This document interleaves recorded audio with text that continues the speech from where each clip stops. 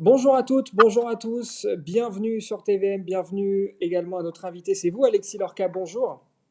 Bonjour Cédric. Vous êtes vice-présidente du territoire d'Est Ensemble, chargée notamment de la culture et de l'éducation populaire. Et on est ensemble aujourd'hui pour parler de l'inauguration de ce nouveau conservatoire de Pantin. Il y a eu 60 millions d'euros qui ont été investis par le territoire. Conservatoire donc qui porte le nom de Jacques Higelin. Avant de parler de l'importance de ce nouveau lieu de culture sur le territoire, un mot sur ce choix. Pourquoi avoir choisi de le nommer ainsi, Jacques Higelin? Jacques Higelin est une figure importante de Pantin. Il a habité dans cette ville pendant plusieurs décennies. Il a participé donc à la vie locale, à des projets culturels, autant que son agenda le lui permettait. Et puis, il y a des enfants qui ont été scolarisés à Pantin, qui ont été élèves du conservatoire. Donc, je crois qu'il était il devenait assez naturel de donner son nom au nouveau conservatoire. Euh, donc ça, c'est pour le nom de ce conservatoire donc, qui est situé à Pantin. Pour ceux qui ne connaissent pas Est Ensemble, je rappelle que c'est un territoire de 9 villes de Seine-Saint-Denis.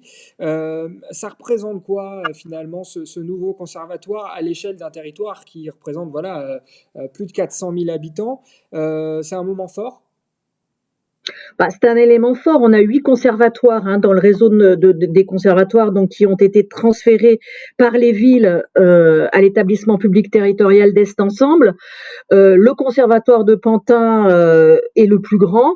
On a 2 conservatoires dans ce réseau à rayonnement départemental qui sont celui de Pantin et celui de Montreuil. Et celui de Pantin, maintenant, reçoit près de 1500 élèves. C'est 1000 pour Montreuil, un peu plus de 1000 pour Montreuil et un peu moins pour les autres. Et puis surtout, ce conservatoire a une histoire extrêmement particulière qui va bien au-delà de la Seine-Saint-Denis. C'est un conservatoire qui était pionnier dans l'enseignement de la musique électroacoustique et qui reste vraiment une référence en la matière et justement dans cette démarche un peu d'avant-garde à l'époque. Et quand on a un conservatoire de cette notoriété, qui a cette aura, ça permet de rejaillir sur l'ensemble des autres conservatoires du territoire. Donc oui, je pense que c'est un vaisseau amiral, le conservatoire de Pantin, parmi les conservatoires d'Est Ensemble. En effet, un conservatoire qui a une forte identité sur le territoire. Justement, je vous propose qu'on écoute Michael Mardaillé, c'est le directeur du conservatoire.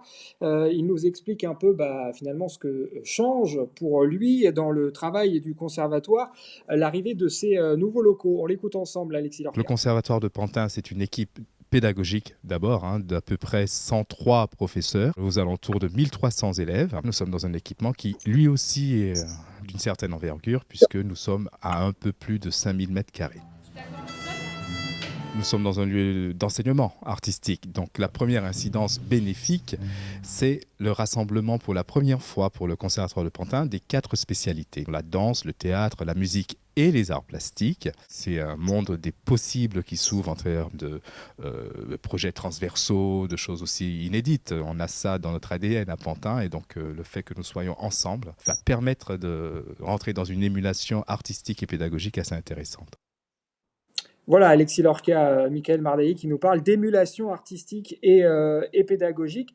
Voilà, ce qui est nouveau, c'est ça, c'est qu'on va avoir sur ce lieu-là toutes les disciplines qui vont être réunies et à entendre le directeur, ça change les choses, ça change voilà, l'ambition culturelle du lieu. Oui, tout à fait. Je pense que c'est extrêmement. D'abord, c'est un conservatoire. Réunir ces disciplines, ce n'est pas tous les conservatoires qui le font, donc c'est vraiment extrêmement précieux.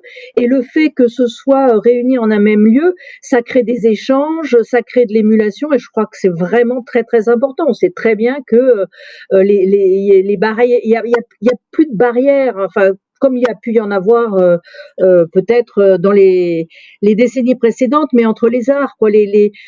Ça dialogue maintenant, et je pense que c'est très important, et notamment que ce soit abordé comme ça dès le plus jeune âge, quoi. Donc dans l'enceinte d'un conservatoire. Alors, ce qui est marrant aussi, c'est qu'on a les différentes pratiques culturelles qui se mixent dans ce lieu, mais c'est aussi situé juste à côté d'une piscine. D'ailleurs, il y a un accès direct. Là aussi, on est dans les barrières qui tombent entre les différentes pratiques. Oui, bah là c'est pareil. Je crois qu'on ne peut plus réfléchir les établissements publics de façon générale et les établissements publics culturels en particulier de la même façon qu'auparavant. Je pense qu'il faut qu'ils soient beaucoup plus ouverts déjà sur la ville. Il faut qu'ils aillent à la rencontre des publics, à la rencontre des habitantes et des habitants. Et je pense que le fait de lier finalement sport et culture ou sport et art, c'est extrêmement important sont des pratiques, sont des politiques d'émancipation, hein, que ce soit la culture, les politiques publiques de la culture ou celles du sport, sont des politiques publiques d'émancipation. Euh, les habitantes et les habitants n'y arrivent pas forcément par les mêmes portes d'entrée. Il y a des habitants qui vont aller directement vers le sport et pour qui passer la porte d'un conservatoire sera plus difficile. Et je trouve que ces rapprochements créent justement, ça dédramatise un petit peu les choses, notamment en termes de culture, parce qu'il y a quand même toujours cette institution de la culture avec un C majuscule qui peut faire peur. Oui, c'est sûr, ça peut faire peur. Là, l'arrivée d'un lieu tout neuf, bon, ça peut peut-être rassurer. En effet, le fait qu'il y ait plusieurs pratiques qui viennent se mixer autour de ce lieu, c'est aussi certainement favorable. Qu'est-ce qui est fait d'ailleurs sur le territoire d'Est Ensemble pour permettre ça, pour permettre qu'il y ait de nouveaux publics qui entrent dans les conservatoires? Il y a quoi qui est fait? Bah, alors, on a un système à points pour on a établi un système à points pour les inscriptions dans les conservatoires. On est sur un territoire à Est Ensemble où plus de 40% de la population vit en quartier politique de la ville. Or, ça ne se retrouve pas, en tout cas à proportion égale. On en est même très loin dans certains conservatoires. On ne retrouve pas ça. Or, ce n'est évidemment pas normal puisque nos politiques culturelles doivent être accessibles à tout le monde. Alors, ce système à points permet d'avoir plus de points quand on est issu d'un quartier politique de la ville. Donc, d'avoir, vous savez qu'il y a des listes d'attente dans les conservatoires, on n'arrive pas à avoir assez de place pour l'ensemble des demandes. Donc, on a plus de points quand on est issu d'un quartier politique de la ville. Donc, plus on De est la même défavorisé, plus on a un accès facilité, si on résume. oui, oui, et puis bien évidemment une politique tarifaire hein, qui est extrêmement qui est extrêmement basse. Pour les revenus les plus bas, c'est 9 euros par trimestre l'inscription dans un conservatoire. Donc vous voyez, ça reste plus qu'abordable. Bon après, on sait très bien que le tarif n'est pas le seul vecteur qui empêche certains enfants de venir dans nos conservatoires. Hein, mais voilà, on a cette politique tarifaire qui est extrêmement volontariste et qui l'est d'ailleurs finalement pour toutes les familles. Bien évidemment, c'est progressif. Mais il faut quand même rappeler que les familles, les cotisations des familles dans nos conservatoires couvrent 10% du fonctionnement de nos conservatoires. Hein. Les 90 autres pourcents sont payés, sont financés par l'ensemble de la population via l'impôt. Merci beaucoup, Alexis Lorca, pour cette interview. Juste, on a en prévision d'autres nouveaux conservatoires qui doivent venir.